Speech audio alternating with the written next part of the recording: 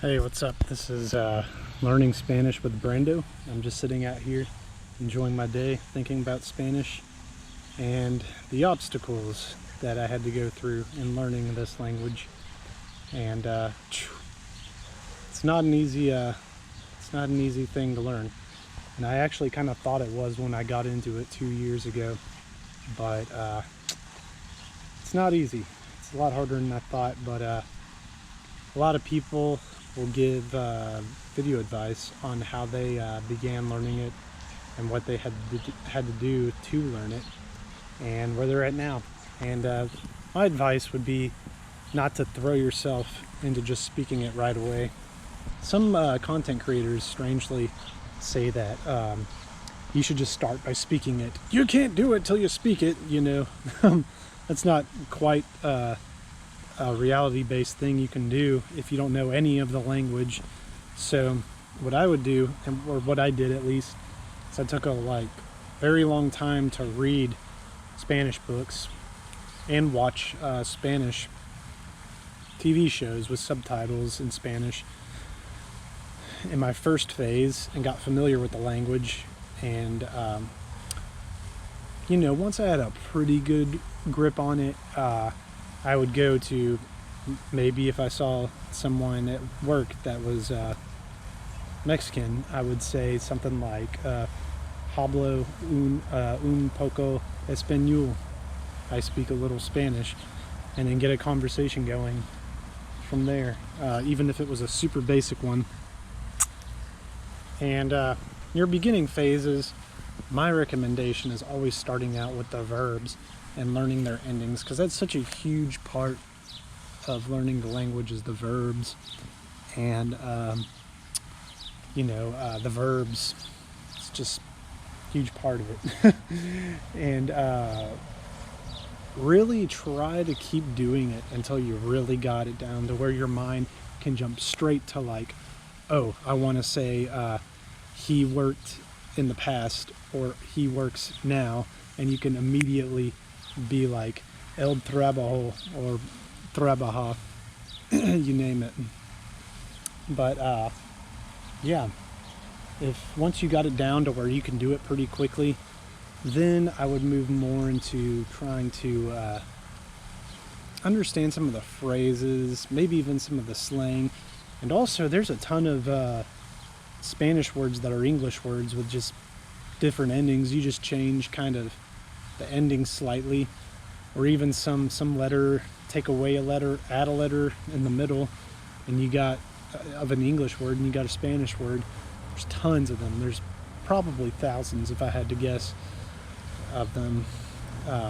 I'll do more videos about that, where I'll put categories of words that turn into from English to Spanish. An example would be English words that end in OUS: famous, generous, delicious.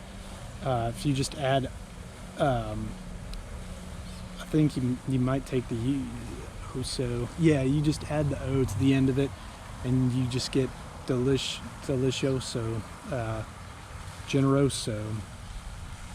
Simple little rules like that can turn English words straight into Spanish words. So we'll get into that later, but having that knowledge and a wide vocabulario,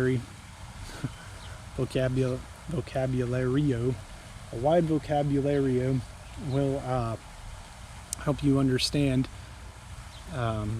just how fortunate you are as a native English speaker to want to learn Spanish, because learning a language is really hard, but for English speakers it's not the most difficult task. It's not like learning Russian or something like that. Привет. It's like the only word I know in Russian for now.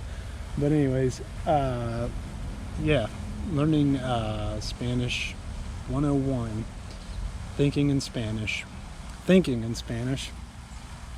When I first started learning Spanish, I was always trying to translate it to English, which is like, when you learn Spanish, the best way to understand these words is what its English translation is. But there's words that don't necessarily mean, there's words that can mean what what two different words mean in English, or even words that don't even exist in English, like conmover is a verb, and it means to move emotionally. Conmover. So if I were to move emotionally in the present, I'd say conmovo, if I wanted to explain that I'm doing that for some reason. But yeah, there's a lot of aspects to it that take time to learn, and you start to catch on to it after a while. It's not something that comes necessarily easy. Necessario. Anyways, yeah, this is a good way to sum up briefly the process of learning. And then when you actually get down to being able to understand actually what someone in front of you is saying, and you can respond to it, it can take a long time. It took up till about half a month ago where I could most of the time understand what a person in Spanish was saying, and I could respond back to them accurately. Once you get to that point, I'm telling you, it's a very rewarding thing, because it is a lot of work put into it.